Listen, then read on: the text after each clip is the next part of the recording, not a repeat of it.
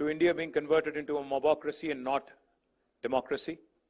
We believe that states that have done exceptionally well should be incentivized, not penalized. We believe that those states that have done exceptionally well in terms of political, economic and other progressive indicators, administrative, education, etc., should not be penalized, and that this would be a travesty of justice.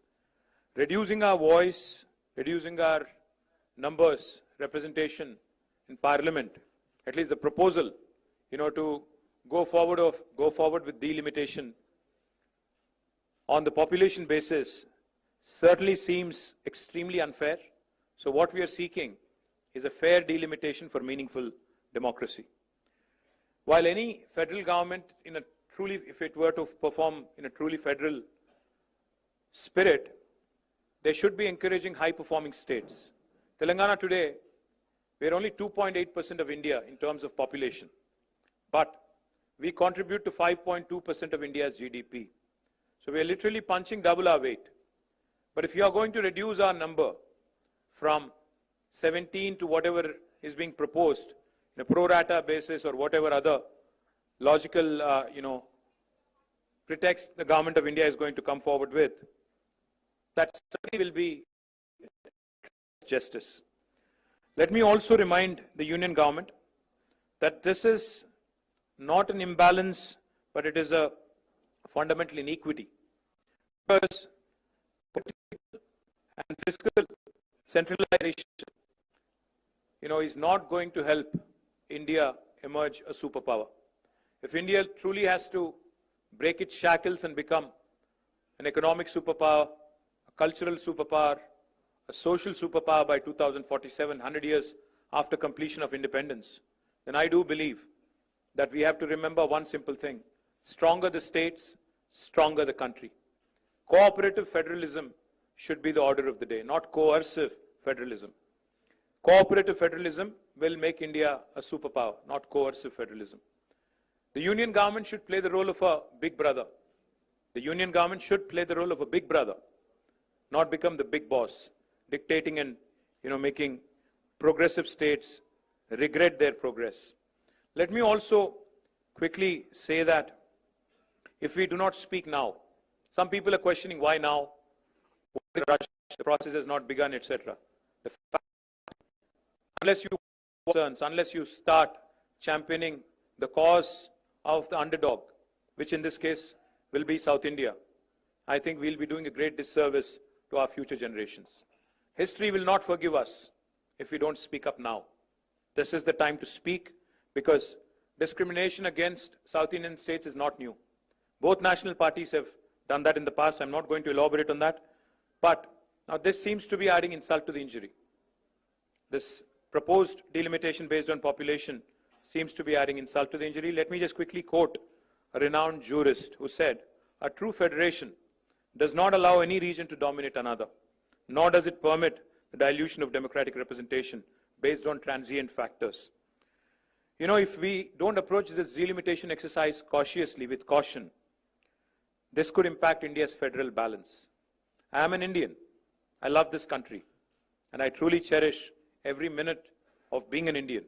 But I also do feel that a strong country, like I said, should also mean voice for the oppressed, voice for the marginalized, voice for everybody, irrespective of whether you're from Manipur or from Uttar Pradesh, irrespective of the size of the population in your respective state.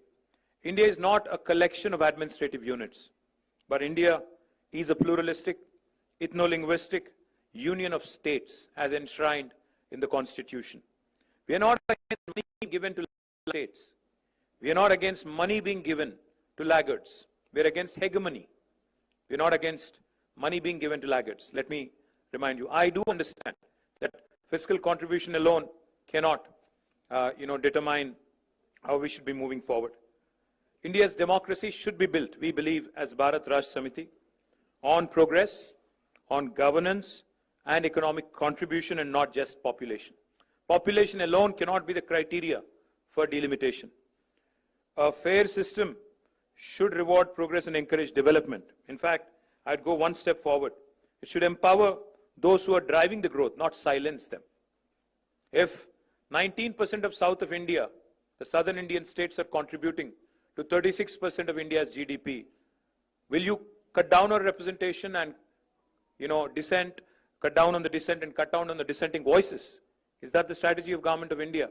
Let me also add, there have been past experiences which have been bitter. So while Government of India, while the Union Home Minister says it would be pro rata, there would not be any reduction in seats in South of India, let me say one thing.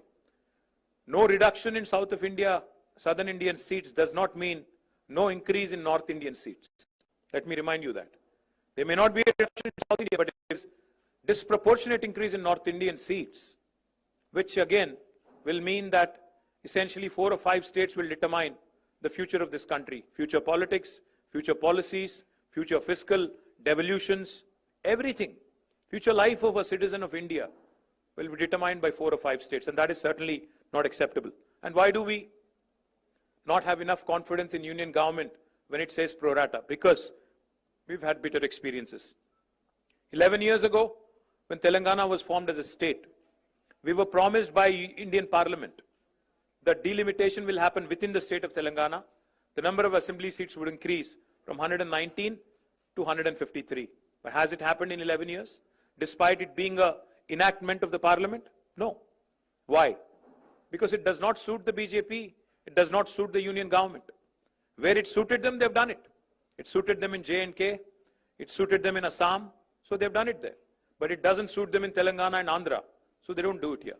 That is exactly what we are apprehensive of. Let me also remind you, never in the history have there been such high proportion of cesses that have been added, which are depriving the states of their rightful share in devolution. States are, I've heard in that room from one of the chief ministers, I think it is Kerala chief minister, who said, federalism is not a gift, it is our right as a state. India is a federal republic. Federalism is enshrined in constitution in letter and spirit. That's exactly what we are demanding. We are demanding our rights. So what are we proposing as Bharat Rashtra Samiti? What did we propose in the meeting? We proposed 2-3 things. Why is delimitation being done at all? Delimitation is being done because India is a representative democracy. People need voices. Population has increased. So therefore, number of seats has to increase. Yes. But why don't we do this? Normally, all of you know, all the media people also know. A first point of call for a citizen when there is a problem is possibly the local MLA, if not the local corporator or local sarpanch. It could be the local assembly constituency representative. So what we are proposing is, I think union government should go ahead and increase the number of assembly seats within a specific state so that wherever there is an increase in population, all those challenges with respect to representation, with respect to better administration, decentralization, etc. can be tackled. You know why? Because number of MLAs being altered within a state does not tip the federal balance. But if you start tinkering with the number of MPs who are representing in parliament, that will certainly disturb the federal balance. MLAs regularly take care of policies at the state level. But MPs, members of parliament, take care of policy at the national level. So therefore, maybe either keeping the number of MPs the same and increasing the number of MLAs so that decentralization can be a via media kind of a solution to delimitation. That's one approach we are proposing. Or secondly, if you're increasing the number, if you are determined to increase the number of seats, then what we are proposing is maybe take the national average growth rate or maintain the same proportion for every state. Because you see, Government of India itself, through 42nd Amendment of the Constitution and back in 1976, had brought in, population control as a measure and suspended further delimitation for 25 years. In 2001 again, Atal Bihari Vajpayee government suspended it by 84th Amendment for another 25 years. So for 50 years, we have not increased number of seats. Now, if we are going to increase, then it has to be in same proportion across the country. It cannot be impacting those states that have done economically, educationally, progressively, adversely. And we would also like to propose, this could sound a bit radical. Population alone cannot be the criteria. What if we start asking? 19% of South India contributes to 36% of GDP. So can the South have 36% representation in Parliament? That could be a radical solution. Why population alone should be the criterion for delimitation? Why not fiscal contribution? Why not development? Why not progress? So we are certainly keen to see what the government of India would eventually say, but all in all I would say is, once again, before I sum up, India has just completed 75 years of existence. Our national leadership should ideally strive to heal old wounds, not create new ones, not unnecessarily create ruptures in this Indian polity, which is already very diverse, very heterogeneous. As a renowned scholar and statesman once said, the federal structure of India must ensure that no state, however small or large, feels neglected in governments. You could be Manipur, you could be Uttar Pradesh. You should not feel neglected, or you should not feel left out. That's exactly what we are demanding. And once again, I'd like to repeat, if India truly has to become a superpower by 2047, the order of the day is cooperative federalism, not coercive federalism. Jai Telangana, Jai Hind. Thank you. నేనేం చెప్పాను అంటే భారతదేశంలో 1976లో ఆనాటి అప్పటి ప్రభుత్వం 42వ రాజ్యాంగ అధికరణం ద్వారా సవరణ ద్వారా వారు ఆనాడు నంబర్ ఆఫ్ సీట్స్ మీద రెస్ట్రిక్షన్ పెట్టారు. ఇప్పుడు మళ్ళీ ఏ రాష్ట్రాలు అయితే జనాభా నియంత్రణ పాటించాయో, కుటుంబ నియంత్రణ పాటించాయో వాటిని పనిష్ చేసే విధంగా వ్యవహారం చేస్తామంటే ఇది సరికాదు, ఇది మంచిది కాదు, దేశానికి మంచిది కాదు. అందుకే ఇతర ఫ్యాక్టర్స్ కూడా తీసుకోండి. ఫర్ ఎగ్జాంపుల్ నేను అన్నట్టు జీడిపి కాంట్రిబ్యూషన్ తీసుకోండి.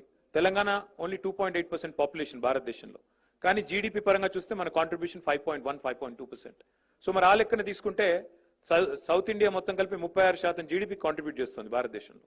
సో ఆ లెక్కన ప్రపోర్షనేట్ గా చూస్తారా? కేవలం జనాభాను ఎట్లా తీసుకుంటారు? ఏ రాష్ట్రాలైతే కుటుంబ నియంత్రణ పాటించలేదో, భారతదేశ హితాన్ని అనుసరించి పనిచేయలేదో వాళ్ళకెట్లా వాయిస్ ఇస్తారని అడుగుతున్నాం. Thank you.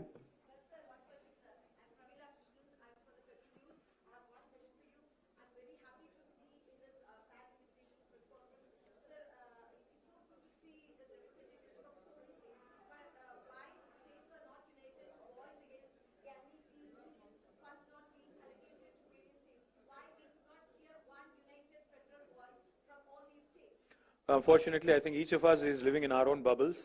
I think we need to meet more often. I'm delighted that Mr. Stalin took the lead today and has invited us. Hopefully, we'll have many more such events where we can work together. See, ultimately, like I said, this meeting, I'm sure BJP will call it anti-India and all that. I know. All I'm saying is we're Indians first. We love our country. So if our country has to really progress, I think performing states, irrespective of what kind of discrimination is being met out to them, we have to fight together. We'll raise our voice whenever and wherever needed, and we'll continue to raise our voice in Parliament, State Assembly, multiple forums. But I have to tell you, I've never seen a bigger press conference than this. I already feel like a rock star today, but thank you.